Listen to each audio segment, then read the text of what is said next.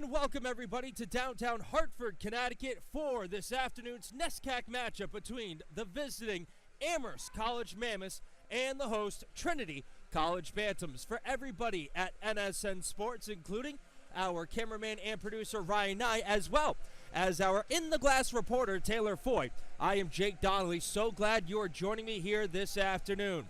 Well, the Trinity College Bantams, they are looking to make it yet another 4-point weekend. The Bantams a 3-1 victory over the Hamilton College Continentals last night here in Hartford, whereas the Mammoths, they are playing their second straight game in the Nutmeg State. However, for the Mammoths, they're looking to make it a 3-point weekend as they skated to a tie against the Wesleyan University Cardinals, a 0-0 tie between the Mammoths and the Cardinals. The last time that happened in the entirety of the NESCAC Conference was 2 years ago, back in January of 2016. The Mammoths come into this game at 7-6-4 overall, 4-3-4 in the NESCAC Conference. That puts them in 5th place, 2 points behind Colby, whereas the Trinity College Bantams are 12-3-2 overall on the season, 9-1-1 in conference action, well out ahead of the rest of the pack. The Mammoths are coached by Jack Arena, the graduate out of Amherst of 1983, is in his 35th season, .459, .336, and 69. Matt Greason in his 7th year, 123, 44, and 12, a winning percentage of .721. Our starting goalie matchup here this afternoon between the Mammoths and the Bantams. First, for the visiting Mammoths, it is Connor Girard, the senior, winless in 5 starts against the Bantams, 0-3-2, but a save percentage in those 5 starts of .953 and a goals against average of .180 this season for Girard. He is 16th in the nation with a .186 goals against average and 28th in the country with a .925 save percentage. His counterpart, no surprise whatsoever, it is Alex Morin, and Morin is in the midst of one of his big streaks. Morin has allowed just 7 goals in his last 6 games. He is 10-3-2 on the season, a .182 goals against average, which is 15th in the country, and a .929 save percentage, which is 23rd. And we'll talk more about his career record against the Mammoths after the national anthem from here in Hartford. 20 minutes on the north and south end clock here in Hartford. The puck is dropped, and we are rocking. The Mammoths in their away black tops with the black bottoms, the white and purple trim. The Bantams in their home white tops with the blue bottoms and the Vegas gold and white trim. As Taylor Foy mentioned at the start of the game, Whitney with 39 career goals, just one of those an empty netter. He put the final nail in the coffin of last night's 3-1 victory against the Continentals with an empty net goal. With 11 seconds to go, Whitney bats it out of the air. He is feeling it, and he rings the post on the far side. Help of Martin for the 2nd time in a row. Ooh! That is going to be interference and elbowing or something, as there was a hit delivered to Nicholas Polsinelli before Polsinelli could play the puck, and James Callahan is trying to get a couple of extra minutes there, but into the sin bin early on, it's A.J. Klein. The ice, the penalty killing unit for Amherst. Oh, they're just the best in the country. 72 of 77, 93.51%.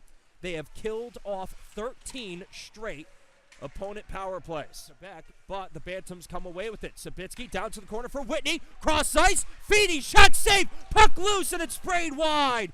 Noah Gilreath first to the puck for the Mammoths as it was laying dead in the crease behind Connor Girard.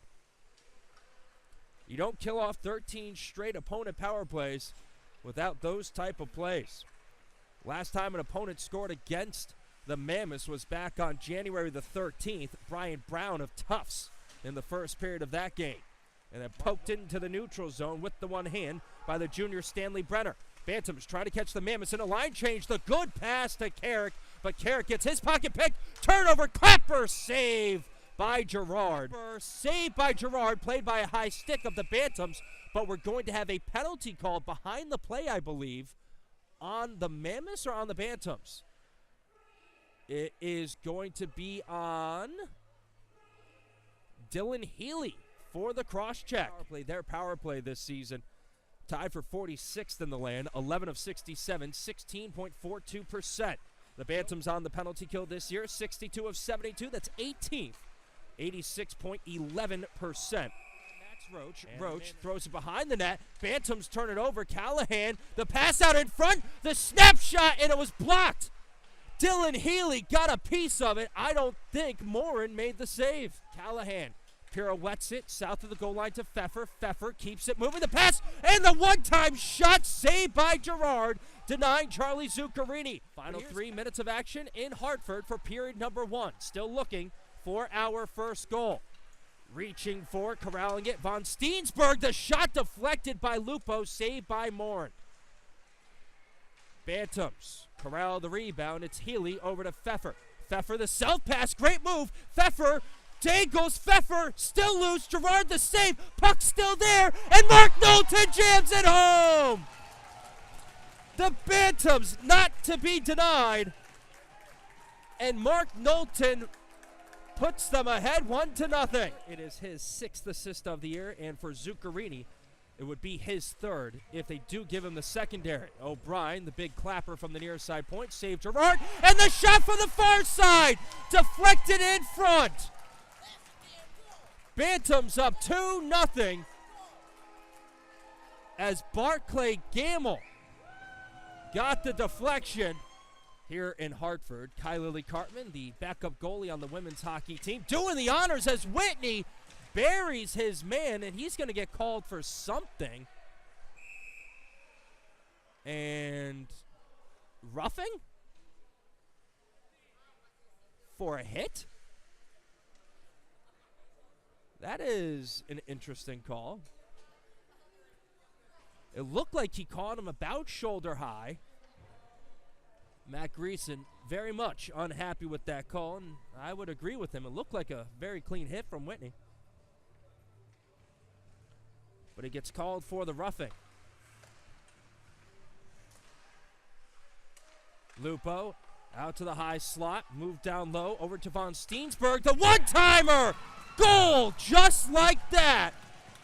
As Jack Fitzgerald picks up his 3rd power play goal of the season off of a beautiful feed from Joey Lupo. Good poach by Andy Chug, and Chug will ladle it deep. As the Bantams change out for the 5 skaters, Nicholas Polsinelli is going to get called for boarding here. Polsinelli. We'll see how much time they put on the clock, and I think it's going to be just 2. The call against Tyler Whitney was not a good call by any stretch of the imagination. This call against Polsinelli, very much a well-executed whistle by the officials. 10 seconds left on the power play. One-timer, Connor Haggerty with the block, and there was an open cage for Patrick Daly. As Haggerty, no, it was 5 for the Mammoths. They had just finished up the line change. Oh, Fiorentino, how do you do to Patrick Daly? Whitney can't clear. Whipped down deep again by David White.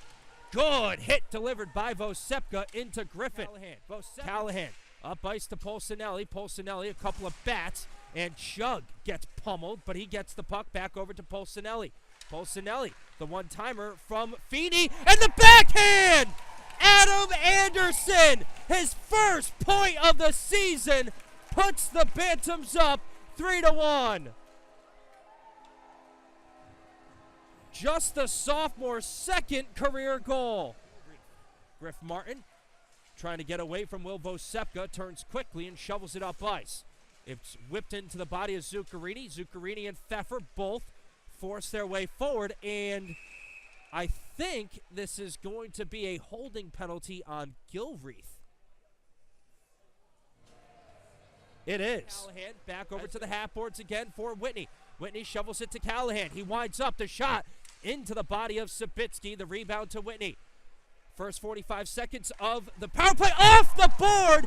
Tyler Whitney finds Barclay Gamble, who pots his 2nd of the game. And the assist for Whitney, career point 99. They're going from left to right on your screen. the Trinity College Bantams and Dylan Healy and the white tops. As the Bantams have officially picked up one more shot here. Quick little 2-on-1 snapshot save. Left shoulder of Alex Morin. And it's tipped up ice. And then sent back into the attacking end. As Chris Berg loses it. Knowlton scores! Mark Knowlton, his second of the game, his third of the season. And the Bantams are burying the Mammoths 5-1. Throws it into space defensively. Good look. Nick Bondra on the left wing. Snapshot scores! Nick Bondra beats Alex Morin high.